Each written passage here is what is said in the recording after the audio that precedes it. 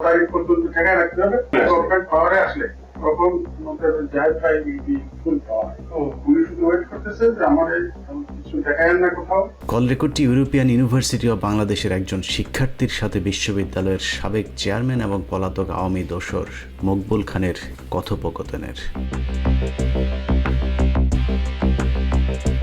Call রেকর্ডে একজনের নাম বলছেন যিনি সোশ্যাল মিডিয়াতে পরিচিত মুখ, ডাক্তার জাহেদুর রহমান। সেই সাথে তিনি এখন স্বঘোষিত বিএনপি নেতাও বটে। আমি 12 তারিখের পরে ওদের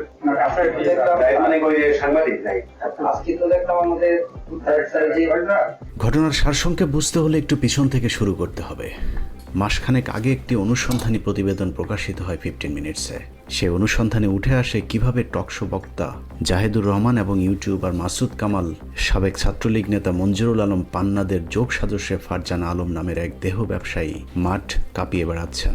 দেহ ব্যবসায়ী ফারজানা আলমকে ব্যবহার করে হানি ট্র্যাপের মাধ্যমে সমাজের উচ্চবিত্ত এবং প্রভাবশালী ব্যক্তিদের ব্ল্যাকমেল করা হয়। সেই সাথে এই চক্রটির মানুষকে ব্ল্যাকমেল করে কোটি কোটি টাকা হাতিয়ে নেয়ার প্রসঙ্গ উঠে আসে সেই প্রতিবেদনে। 15 মিনিটসের অনুসন্ধান থেকে জানা যায় ব্ল্যাকমেল চক্রের সাথে জড়িত ডক্টর জাহেদুর রহমান বেসরকারি বিশ্ববিদ্যালয় ইউরোপিয়ান ইউনিভার্সিটি অব বাংলাদেশের সাবেক চেয়ারম্যান মকবুল আহমেদ খানকে ট্র্যাপে ফেলে দখলবাজিতে মেতে ওঠে মাসুদ কামাল জাহেদুর রহমানের নেতৃত্বে একটি চক্র। 15 মিনিটসের অনুসন্ধানী প্রতিবেদনটি প্রকাশের পর আরও ভয়াবহ রূপে মাঠে নেমেছে সেই চক্রটি।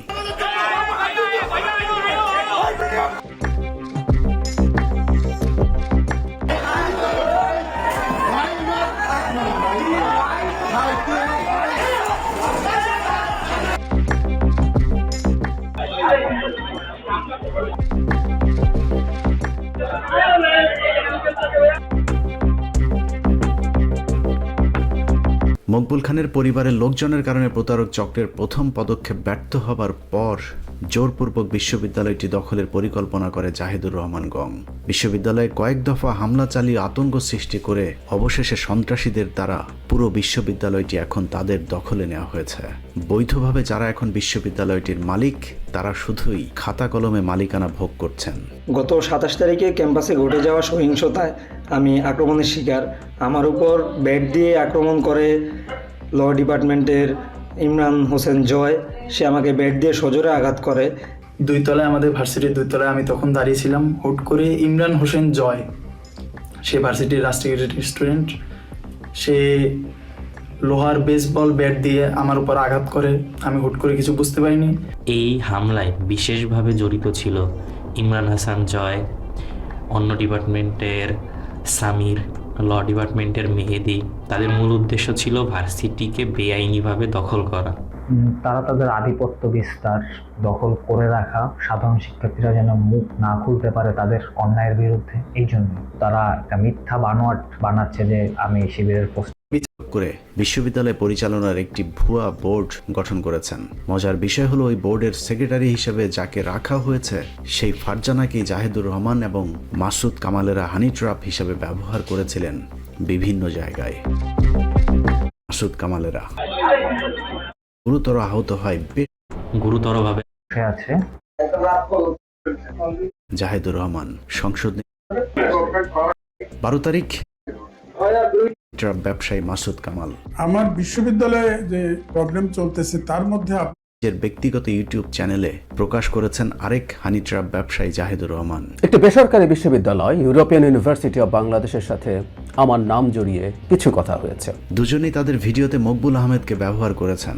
হানি ট্র্যাপের শিকার মকবুলের পক্ষে সোশ্যাল মিডিয়াতে এই চক্রের শিখিয়ে দেয়া বক্তব্যের বাইরে যাবার কোনো উপায় ছিল না। আমি যা শুনছি যে ওনার একটা বড় ধরনের তথ্য একটা বড় নির্যাতন এবং মামলা প্রসঙ্গেও মকবুলকে মিথ্যাচার করতে উৎসাহ দেন মাসুদ কামাল। নাটক আবেগঘন করতে মাসুদ কামাল মকবুল হোসেনকে বলতে বাধ্য করেন তার ছেলে মেয়েরা নাকি তাকে বাড়ি থেকে বের করে দিয়েছে। তার নিজের পুত্র ওই ভার্সিটিতে একটা কৃত্রিম সংকট তৈরি করে তাকে সেই ভার্সিটি থেকে বের করে দেয়। একমাত্র পুত্র আপনাকে বেসিক্যালি ট্রাস্টি বোর্ড থেকে বের করে দিয়েছেন। মানে আপনি হানি ট্র্যাপের শিকার মকবুল কথা না বললেও ইউরোপিয়ান ইউনিভার্সিটির বর্তমান চেয়ারম্যান এবং মকবুল খানের একমাত্র ছেলে আহমেদ ফরহাদ তানিম সহ মকবুল খানের 2 মেয়ে আমাদের সাথে কথা বলেছেন। ফার্স্ট দেখে আমি অবাক হয়েছি। এই চিঠি দিয়ে আদান প্রদান করে আমার বাবাকে সে একটা জালের মধ্যে আটকে ফেলে। উনি ওইখানে দাবি করছে যে আগের বোর্ডের থেকে আমরা 3-4 মেম্বারকে সরিয়ে দিয়েছি, এটা কখনোই সম্ভব না। এটা আসলে একটা সিন্ডিকেট।